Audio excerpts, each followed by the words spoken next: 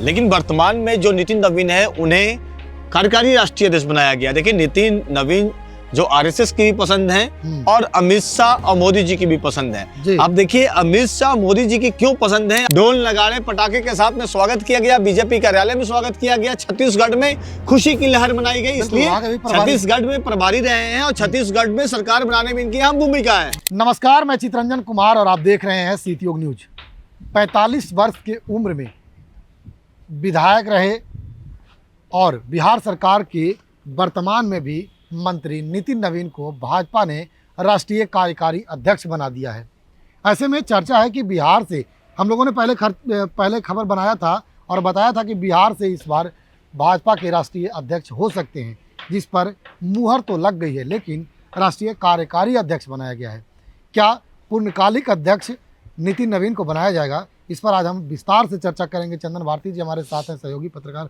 चंदन जी, नितिन नवीन जो बिहार सरकार के मंत्री हैं, उन्हें राष्ट्रीय कार्यकारी अध्यक्ष देखिए हम लोगों ने पहले ही कहा था कि बिहार से अगला राष्ट्रीय अध्यक्ष होगा, लेकिन वर्तमान में जो नितिन नवीन है उन्हें कार्यकारी राष्ट्रीय अध्यक्ष बनाया गया। देखिए नितिन नवीन जो आरएसएस की भी पसंद है और अमित शाह और मोदी जी की भी पसंद है। अब देखिए अमित शाह मोदी जी की क्यों पसंद है, आखिर नितिन नवीन को ही क्यों बनाया गया, ये भी एक बहुत बड़ा सवाल है। सवाल यहाँ पर है 45 साल का एक युवा को क्यों बनाया गया।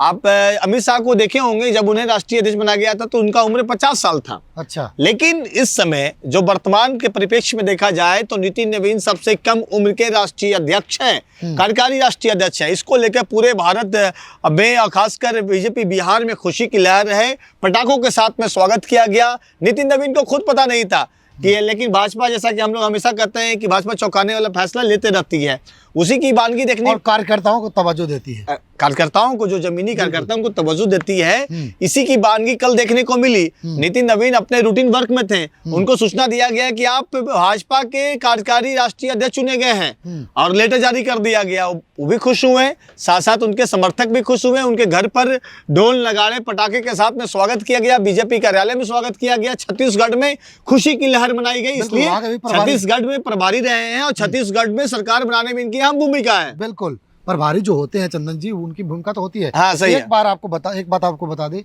ये अजय रहे हैं। अब तक जो चुनाव उन्होंने 2006 में हमेशा जीतते आए हैं। पटना पश्चिमी से पहली बार उन्होंने लड़ा था और वो भी पहली बार विधायक बने थे, और उसके बाद 2010 से लेकर के अब तक 2025 तक लगातार वो विधायक चुने जाते रहे। वर्तमान में मंत्री भी हैं, पूर्व में भी मंत्री रहे थे। पथ निर्माण था। इस बार माना जा रहा था कि बड़ा मंत्रालय मिलेगा उनको, लेकिन पथ निर्माण तो पूर्व में भी था। उसके अलावा कयास और लगाए जा रहे थे कि और भी बड़ा मंत्रालय उन्हें दिया जा सकता है, लेकिन बड़ा मंत्रालय नहीं चंदन जी, ये बीजेपी के दिमाग में था और बीजेपी उससे भी बड़ा चीज देने वाला था। बीजेपी के सुप्रीमो बनना एक अपने आप में, लेकिन देखिए ये भी चीज हुआ है। अब इस चीज को समझना पड़ेगा कि नितिन नवीन को ही क्यों चुना गया। क्या लगता है उनका, देखिए उनका क्या है अनुभव, क्या है, उसी पर हम आ रहे हैं चितरंजन कि देखिए नितिन नवीन जो है एक बहुत ही डिसिप्लिन, अनुशासन उनमें है, और दूसरी बात है कि कोई भी कार्यकर्ता उनके पास जाता है आराम से मिल सकता है। जमीनी नेता है, जमीनी बात करते हैं, आरएसएस के चॉइस है।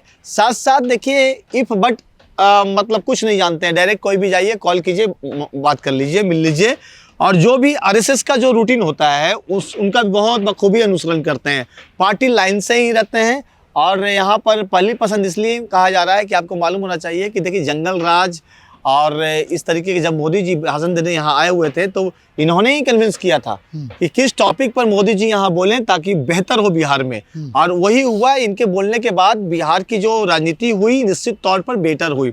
और जहाँ तक बात है देखिए कि अमित शाह हैं चाहे मोदी हैं, तो मोदी अमित शाह अगर जो बोलते हैं इसलिए बनाया गया कि उनकी बात को ये मानेंगे, हाँ में हाँ मिलाएंगे। इस चीज़ को भी यहाँ पर देखा जा सकता है, जिसके वजह से ये हुई है। और बात सही है, जिसके वजह से आप देख सकते हैं कि यहाँ पर अमित शाह और मोदी जी की भी बहुत बड़ी चॉइस भी है, जिसको लेकर छत्तीसगढ़ चुनाव में महत्वपूर्ण भूमिका इन्होंने 2023 में निभाया था। रणनीति और बूथ प्रबंधन को भाजपा की जीत का श्रेय राष्ट्रीय स्तर पर इन्होंने बढ़ाया था। राष्ट्रीय स्तर पर ये उनकी जो पहचान थी उसी समय बनी थी। कई राज्यों में, सिक्किम का भी इन्होंने प्रभारी के रूप में काम किया है। उसके अलावे छात्र राजनीति से ये राजनीति करते आ रहे हैं चंदन जी।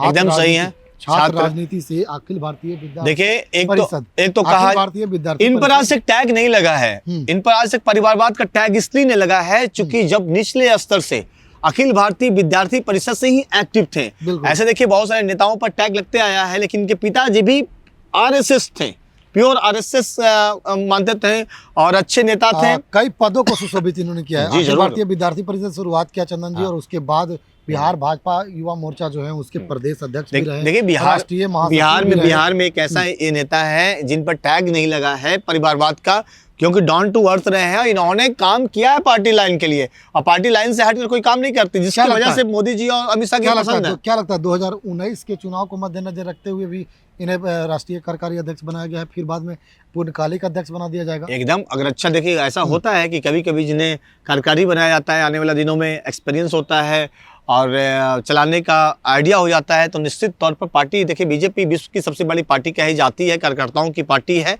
अब देखिए कार्यकारी के बाद कौन होंगे, इस पर भी हम लोग दोनों की नजर बनी रहेगी। एक चीज और चंदन जी, अखिल भारतीय विद्यार्थी परिषद से शुरुआत करने के बाद एक सर्वोच्च पद जो भाजपा का है वहां तक जाना, कहीं न कहीं ये दूसरे पार्टी के कार्यकर्ताओं, देखिए इसी बात की घमंड बीजेपी को है, और बीजेपी हमेशा कहती आई है कि हमारी पार्टी ऐसी पार्टी है कि जो कार्यकर्ताओं की पार्टी है। अगर ये सब भी पार्टी में सब चीज को हो जाए, सब सारी चीज को फॉलो करते हैं, तो निश्चित तौर पर हर पार्टी का विकास हो सकता है। लेकिन कहीं ना कहीं हर पार्टी परिवारवाद से घिरा हुआ दिख रहा है, लेकिन वहीं पर बीजेपी का जो दावा है वो दिख रहा है कि निश्चित तौर पर वो पार्टी लाइन और जो डाउन टू अर्थ कार्यकर्ता है उसके लिए काम कर रही है। बंगाल चुनाव के मद्देनजर रखते हुए यह निर्णय हो देखिए सकता है। पूर्वोत्तर है, पूर्वोत्तर में बिहार है, बिहार से सटा बंगाल है, इसका लेकर देखिए छोटा सा डिसीजन है। कार्यकारी अब कब तक रहते हैं ये भी देखने वाली बात होगी, और ये भी हो सकता है कि देखिए बीजेपी में कार्यकारी मतलब होता है पूर्णकालिक ही। देखिए एक बात आपको हम बता देते हैं, अमित शाह और मोदी हमेशा ऐसा ही लोग को चाहते हैं कि जो उनकी बात को माने, उनके बॉस नहीं बने।